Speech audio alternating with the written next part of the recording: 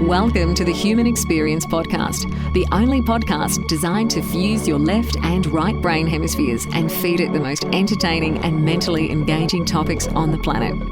As we approach our ascent, please make sure your frontal, temporal and occipital lobes are in their full upright position. As you take your seat of consciousness, relax your senses and allow us to take you on a journey.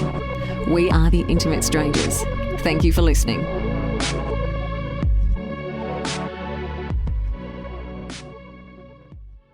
The human experience is traveling like a vortex through the top of your cerebral cortex as we speak to my guest, Mr. Adrian Van Deusen. Adrian, my good sir, welcome to HXP. Well, thanks you, Xavier. Thanks so much for having me on. So, Adrian, let's start with the basics, man.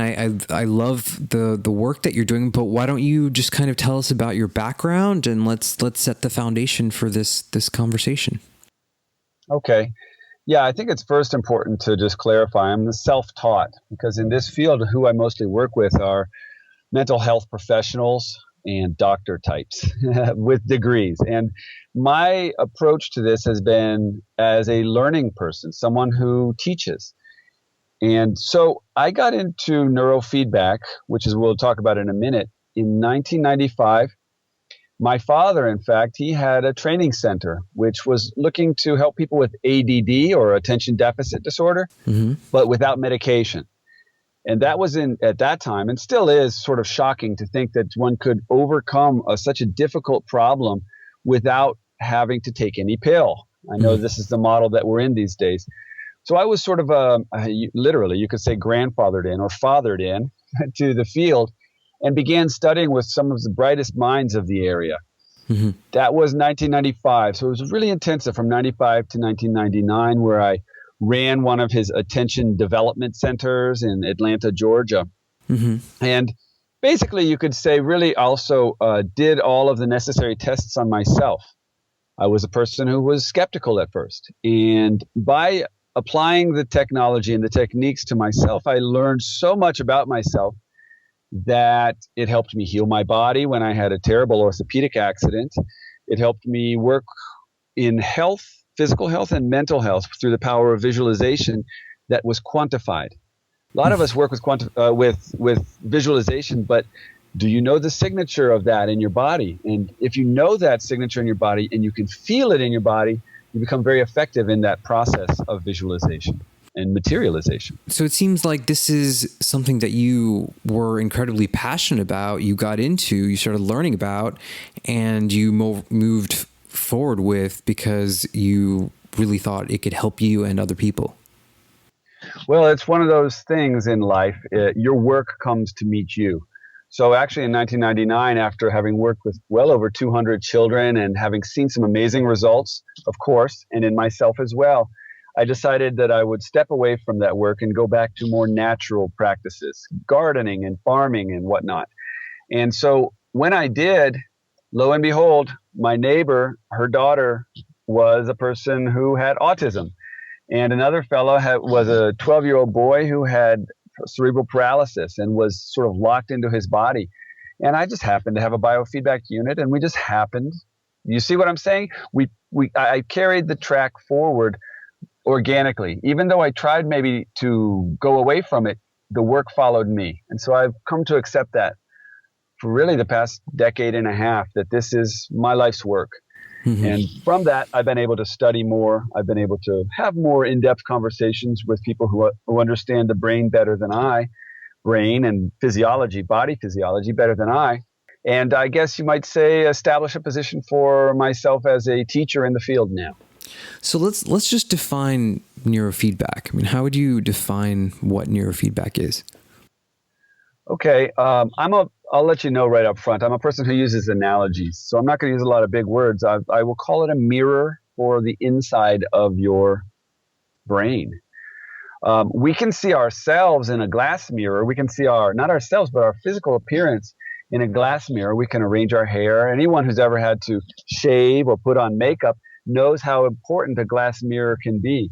Or for that matter, any athlete or choreographer, dancer would also say how important a glass mirror can be to perfect your art, whatever that may be. And so when we put sensors onto the scalp, it picks up that micro electrical pulse pattern. And what the neurofeedback does is it turns the screen towards the individual who's being measured. That's all. It creates an electronic mirror of what's going on inside the individual. So you're able to see a sort of reflection of what's happening within the brain, the brain waves of the person that you're studying or you're trying to help. You're able to see your brain's functioning, and it may be brain waves, but it may also be blood flow. There's a number of different measures, but you're able to see your brain's functioning, yes, in real time and continuously. So that's very different from what a doctor might do to take a test and then 2 weeks later you get the results back. But you're not in that same state anymore. As a matter of fact, what we most notice, Xavier, is that states will change anywhere between 15 seconds and 45 seconds. We constantly shifting between states. And if you can perceive that, and this goes to that old adage that knowledge is power, because if you can have knowledge of yourself, shortly thereafter comes self-control or self-regulation. Mm-hmm. Yeah, I mean, I'm completely fascinated by this technology and this topic, and I've been interested in neurofeedback for, I don't know, at least a decade. And for the pre-show, when we were preparing for the show, you kind of had me pick up I was shocked that the technology of this had become sort of cheap. I mean, it's something that you can plug into your phone now, and your smartphone has this capacity. You just open this application, and like the Apple Watch is measuring your heartbeat and all these other things. So I mean, how has technology changed for the realm of neurofeedback and through the last 10 or 15 years, would you say? Yeah. Well, I started in 1995, and the computer was about the size of a large computer of those days. I'm sorry, the device, not the computer, but actually just the amplifier. It could only pick up one channel of EEG, whereas today we can pick up 19 channels with a much smaller device. The operating system, though Windows existed, we used DOS. Now it can run on an Android because the power of a cell phone, or it's much more than a smartphone, let's say, mm-hmm. is the processing power of that device is far greater than the computers we were using at that time. And then let's talk about how do you get the signal in. With a smartphone model, what is, I think, the really genius, obvious, let's say, existing technology response was engineers saw that the microphone jack, the line in from the microphone, was listening. And so instead of for voice, they had it transmit body signal. In the case where in the pre-show where we did that demo with the galvanic skin response, my friend, this is measuring that deep inside of you, that deep sensation of excitement, fear, butterflies in my stomach. These are all words that we have in our language for a simple electrodermal response that can be measured also. I'm not trying to minimize it. Please understand that I myself am subject to my own emotions also. Right. But how much more calm can I be about that if I know that there's a phenomenon, that it's measurable, it's quantifiable, I can have a number value to that. It's like playing tennis with a net. I know when I got it right, and I know when I'm just shy of my mark. So I mean, it's again, this is so intriguing to me because there can be such a disconnection between a person and their sort of connection with themselves.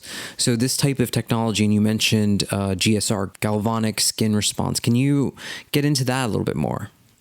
Right. Well, it's named after the guy who discovered it. Luigi Galvani in the late 1700s discovered electricity running through the nervous system of a dead frog, right? He could make the frog's leg twitch. And so that's how old this is. This is so old that Carl Jung was using it in his psychotherapy when he was a psychiatrist in the early 1900s.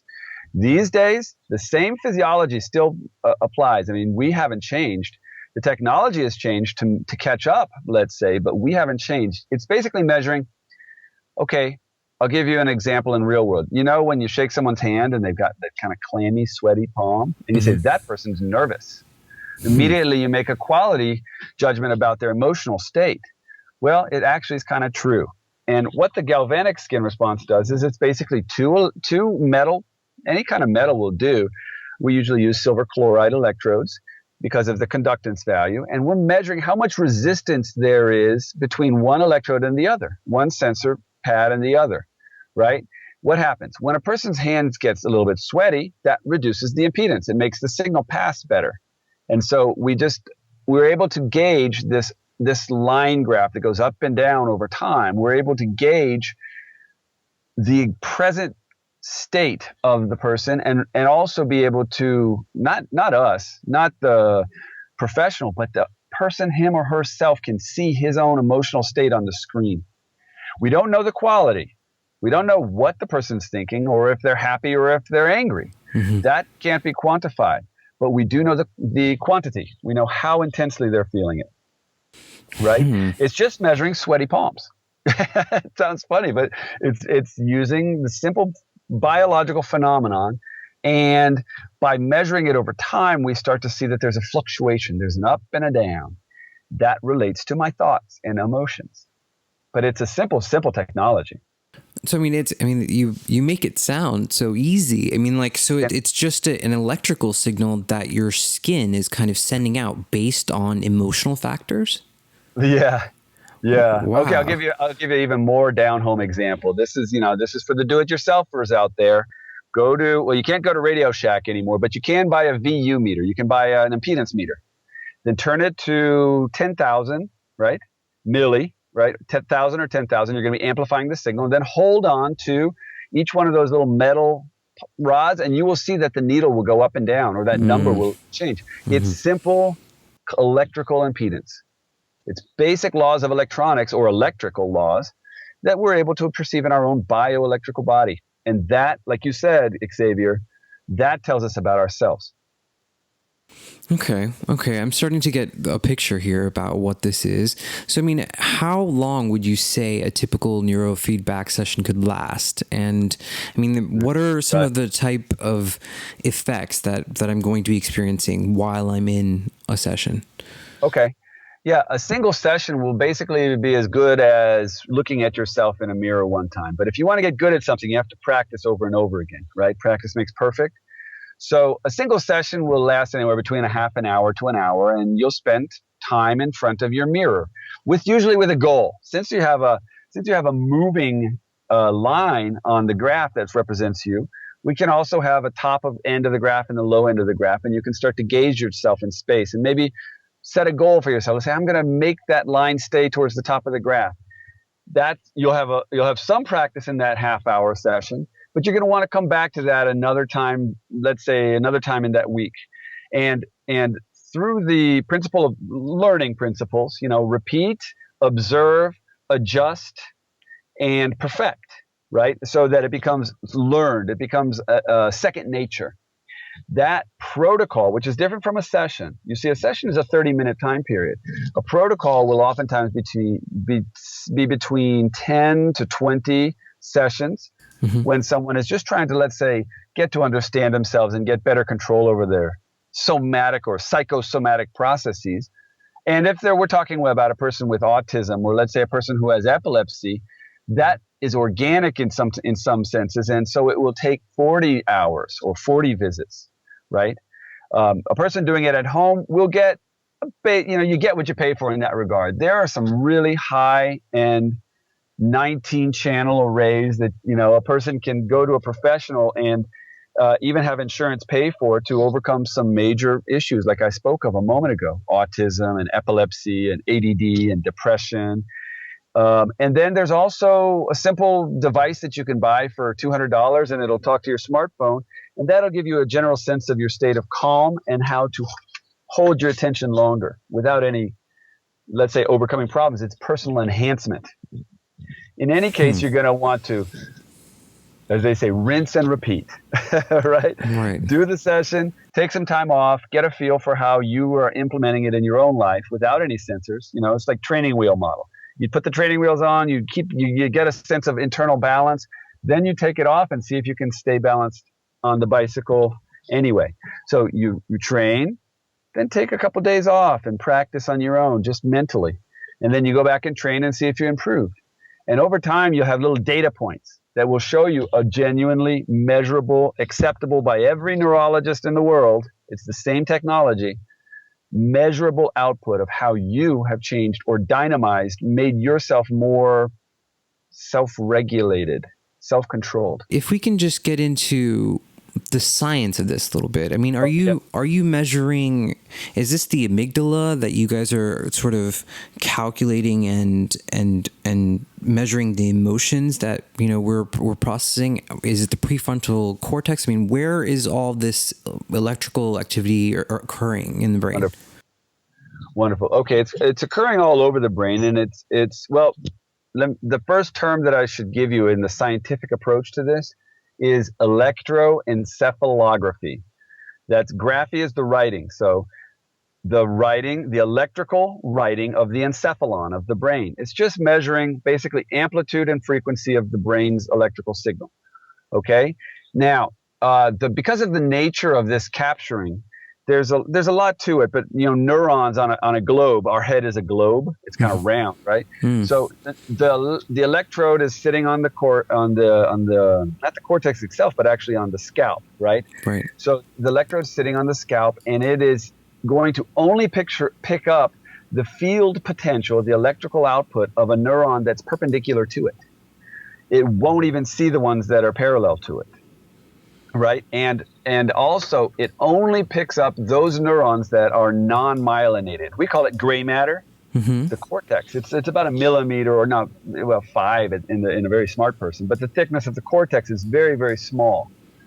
Okay. It's a very thin film that follows those convolutions of the brain, so that you have a lot of network in a little bit of space. When you asked about the amygdala, you were asking about what we call a subcortical or a substructure, right? And there's no doubt that these structures, like the limbic system and all of its different parts, amygdala participates in that, or the hippocampus and how it's related to memory, those we cannot see with a single electrode. But we know from anatomical science, where they dissect the brain, we know that there are strong nerve tracts that go from these subgenerators, these subcortical generators, to the cortex. And so you make a bit of an inference, you know, you make an informed guess that you probably are working with the amygdala if your electrode is placed around the temporal lobe of the cortex. Okay, it's one step away from the source, but we know that the source is feeding where you're reading, so you can start to have a two-way interaction with the deeper structures of the brain. That's the base level with a single electrode. But again, going to analogy, Xavier, if you were a geologist, you would want to have at least a seismologist would want to have at least 3 measuring points to be able to discover the epicenter of an earthquake. Right. To localize the source, you need to have a triangulation. And so when we use a 19-channel array, it's like a elastic cap to just kind of slip onto the head, and with a little bit of preparation, it can pick up 19 channels all at the same time. So you're not only triangulating, you're 19-angulating. And so it's a technology, it's a mathematical technology called LORETA, low resolution electroencephalographic tomographic analysis. And it's coming up to par with what we think is the gold standard, is fMRI. So we can see these deeper structures, but you definitely have to go to a clinic or a research center to do that. Okay. You understand? That's the degree. It's a question of degree, but it's the same basic science, amplitude and frequency of the cortex. So, I mean, I'm intrigued, but if, you know, let's say that I'm wearing one of these caps and I'm inside of a sort of session. I mean, what are you kind of saying to me? How are you directing me to lower the feedback? Well, yeah. I get this question a lot. I think that's why I was about to jump in, because this is really where my strength in the field has been, is my ability to turn it into a game, right? To create that signal's coming in, and I can, my company, my original company at least, would create gaming mechanics or game design around that so that it was fun to win. I'll give you an example. We had this one series of games that we produced called the BioPlay series. All we did was we bought the rights to some simple flash games. Remember back about a decade ago, you would log into Flash Games online or whatever, and you could play all kinds of games. Yeah. So we bought the code to that, and wherever there was a click command in the code, I triggered to a catalog that we created for the brain or for any physiology. Does that make sense? We turn it into a racing game so that, let's say you've decided you want to increase your attention span. Mm-hmm. We plot that attention wave, which is the relationship between a couple of waves. It's a ratio. It's a simple mathematical. One goes down, the other goes up, and you get to drive your car faster. And it is. It's like you're in a game. You're its point of view. You're driving a car down a road. And as soon as you go below your own average, as soon as you go below your own norm, the car basically goes to idle. And as soon as you cross that, it starts to go. And as you pay more attention over time, you accelerate further and further so you can start to win the race. Interesting. So there's a very interactive quality to, this game and the device you're wearing on your head. So your mind, your brain is controlling this game. Right. And you said interactive, and I'm going to add to that intuitive. All this talk that we're having right now will give you context perhaps, but it is nothing compared to putting a sensor on yourself, like the GSR sensor, putting a sensor on yourself and noticing, oh my goodness, this thing is showing me my thoughts. I thought I was over her, kind of thing. And all of a sudden my skin goes all wacky just as soon as I think of my daughter, or whatever. Right. So that is very telling, and it is intuitive. It cannot be taught. As a matter of fact, children do better than adults because children don't have all the rule sets. They just simply play.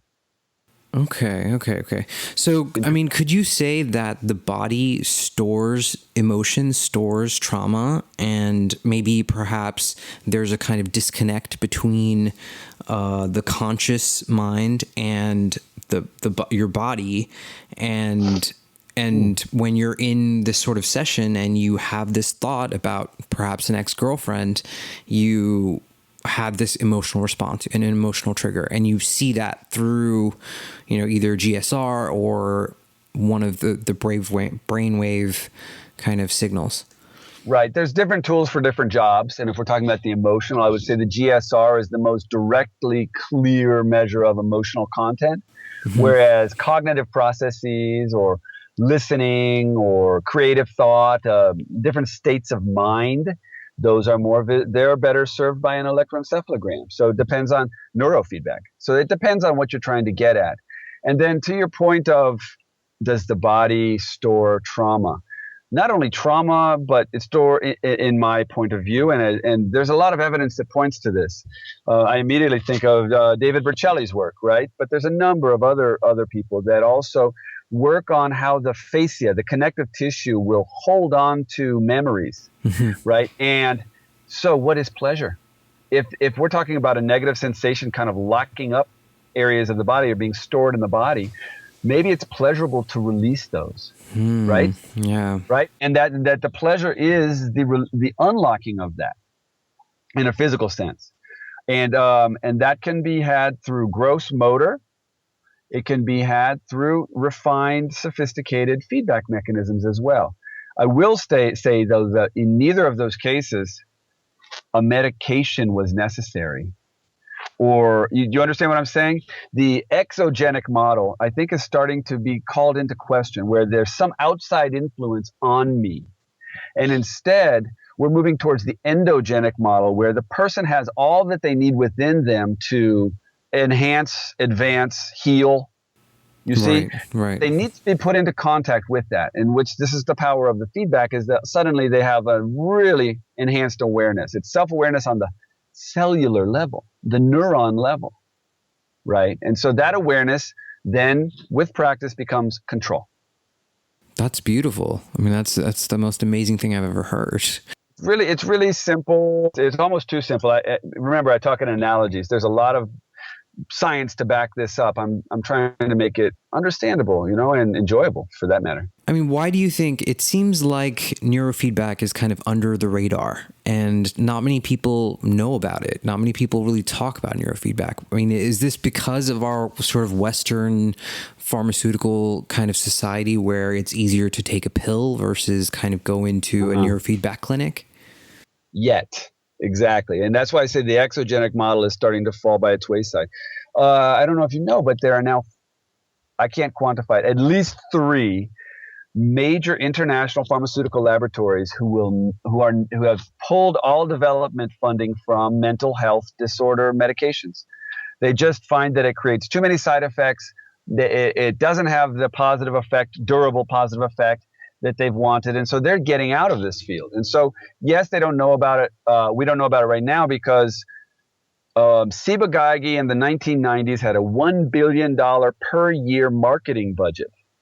And so if we want to talk grassroots power, it happens on the transformation of every single individual who puts a sensor on, measures and learns about themselves, gains some self-agency, and starts to talk with friends. Whereas if, then you're going up against, it's Goliath, it's a $1 billion per year marketing budget. It's very hard to overcome that directly. And, but yes, over time that is shifting. People are moving away. People who took medications are moving away from the medication because they don't want to be dependent on all their lives, or they start having liver issues, or I can't speak exactly to this. And certainly I don't have the academic degree to make any blanket statements, but I see more and more people coming in and saying, my daughter tried, or my son tried Ritalin, and it made them anxious or nervous or couldn't sleep or angry. And is there something we can do? Here's an amazing one. Oh my goodness, this sticks with me after what? That was 2012. I'm working with he's a 4-year-old autistic boy, the lower level of our age range where we want to work, but he was nonverbal at 4 years old. He still was in diapers, and his mother was doing everything she could, so she brought him in, and we were doing blood flow. We were doing blood flow to the prefrontal region, the executive brain. We were asking him to increase blood flow very much. You can't tell an autistic kid, make the bar go up. You just can't do it. We found out, hey, Mom, what kind of movies does he like? Oh, he likes the train show. Okay, we'll put the train show on, and he'll make it brighter and louder when he's more in the state. It was very intuitive.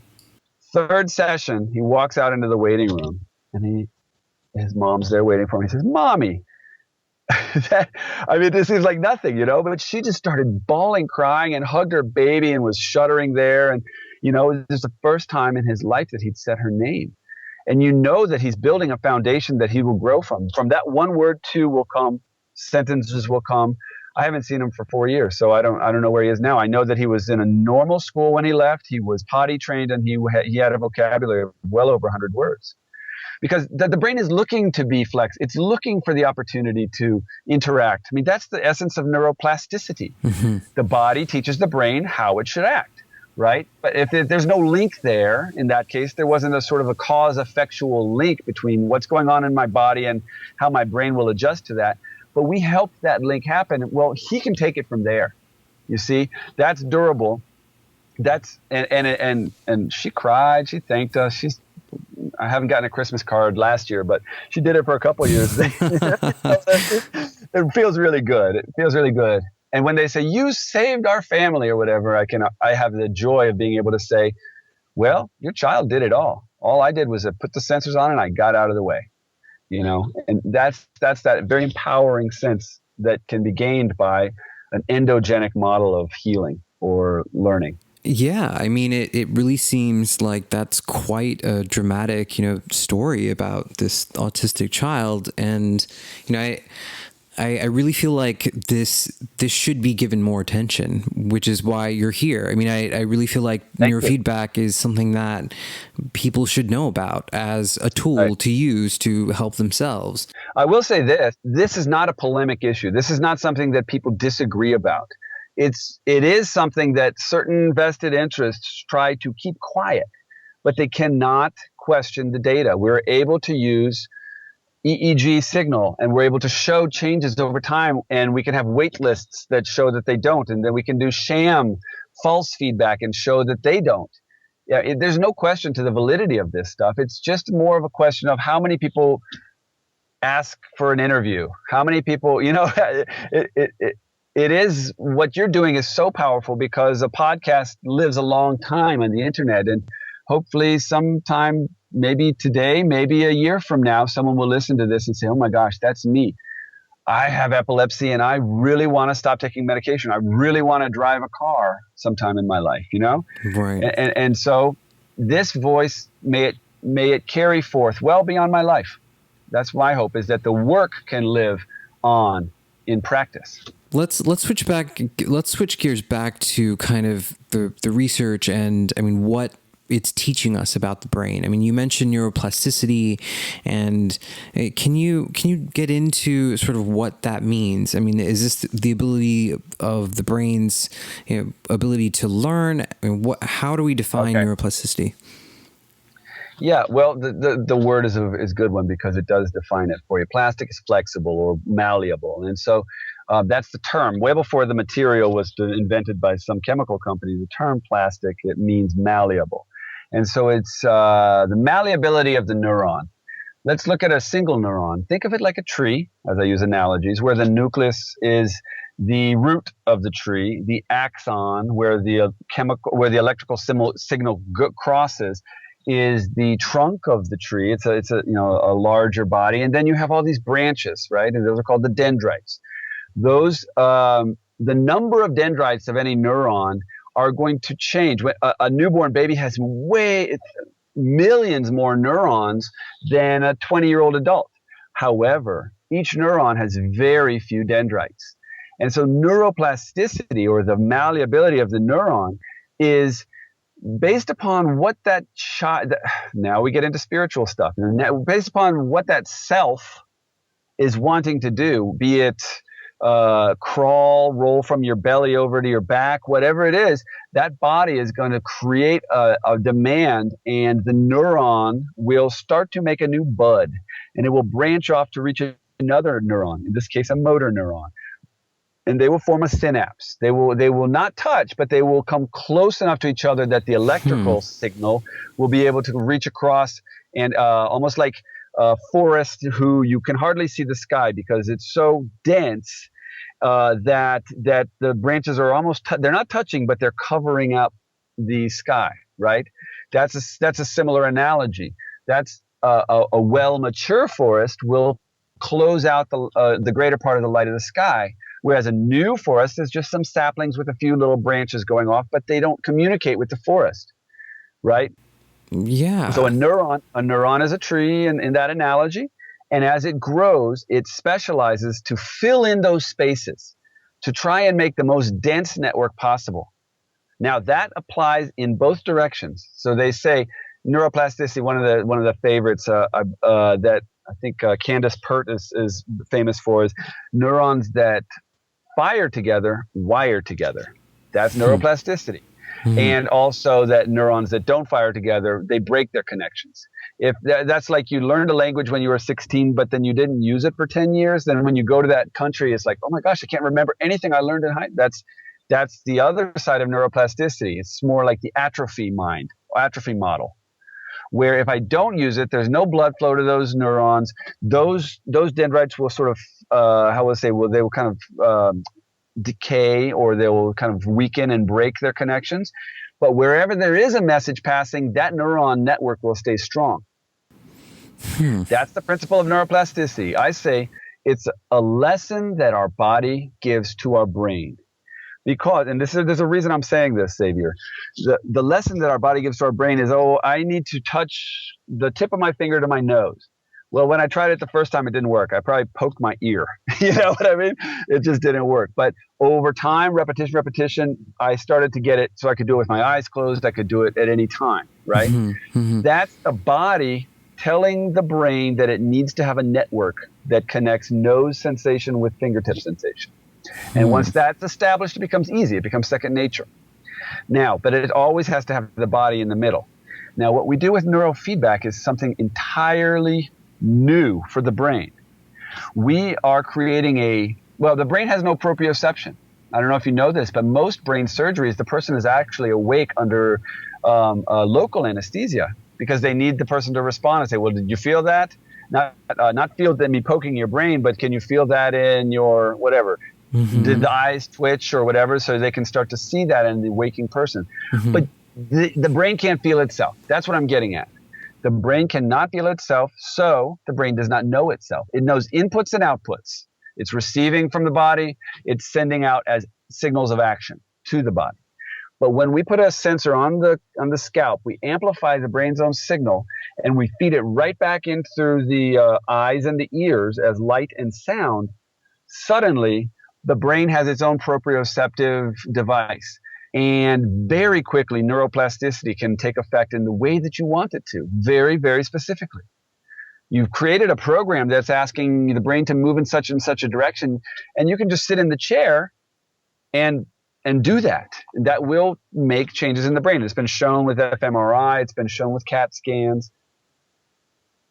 Do you understand the importance? I mean, I'm trying to. It's really a profound thing that you're discussing here. I mean, it opens the door to so many new possibilities. I mean, if we're able to give the brain the ability to kind of see itself through these signals that we're attaching to your head, then I mean, suddenly our capacity to learn, our capacity to heal has exponentiated. I mean, we're now doing that. We're now healing ourselves. And it comes within our own hands. So, okay. So you mentioned, I don't mean to jump around too much here, but time is limited. I mean, you mentioned spiritual experiences. I mean, I'm kind of curious if you've ever been wearing a cap and kind of went into a meditative state and had a spiritual type experience wearing one of these machines. Oh, yeah, definitely. And there's a whole school of thought. As a matter of fact, I just got a flyer for a new book about to come out, Alpha Theta Training in the 21st Century. It's going to come out in a little while. And the field is called Alpha Theta Training. And it has had a great impact in terms of, let's say, spiritualization or enhancing awareness of the non-physical aspects of our consciousness. And so I think it's important that I cite Carl Pibram and David Bohm, who both in their studies have not localized, or in other words, they found that consciousness is a non-local phenomenon. So a person may look in the brain and think, oh, here I'm going to find consciousness. Here is where I disagree. They're not going to find consciousness. They're going to find the effect of consciousness, right?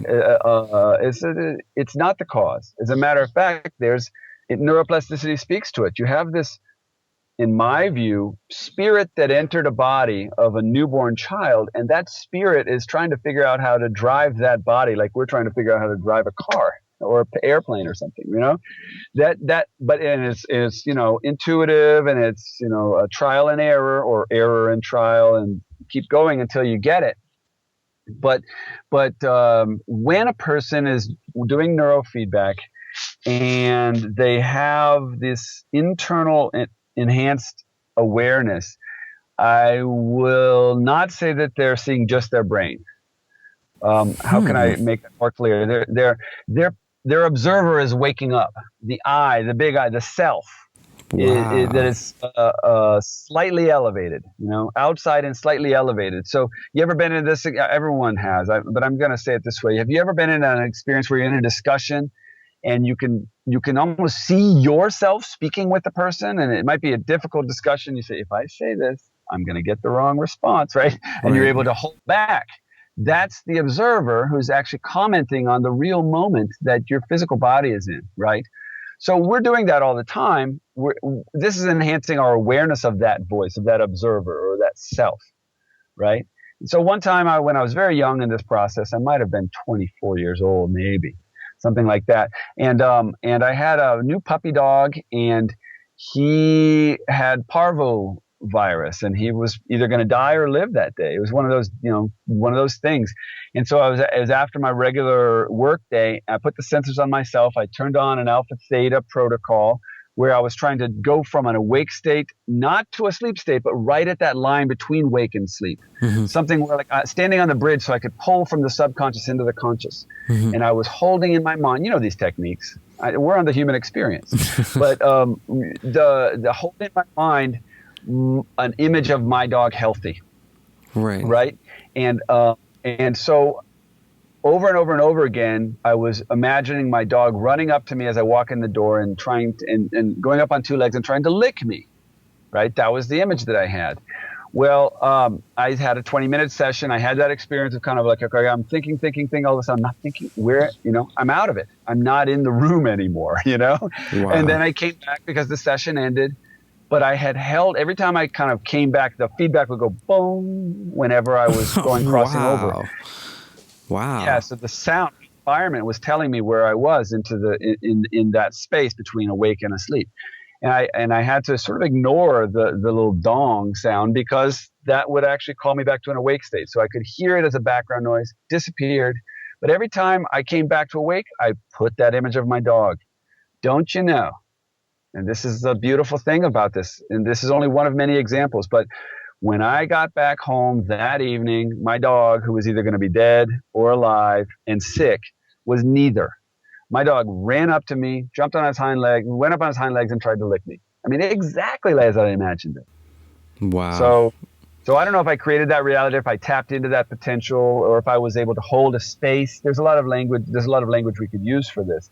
Right. But I do know that the technology of the feedback gave me an efficiency to that process, so that in a 20-minute session, I was able to very efficiently go to that place and stay in that place much longer than I normally would.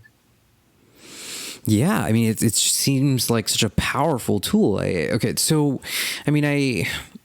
As this sort of technology becomes more advanced, I mean, can you see this becoming? I mean, how do you see this technology advancing? We've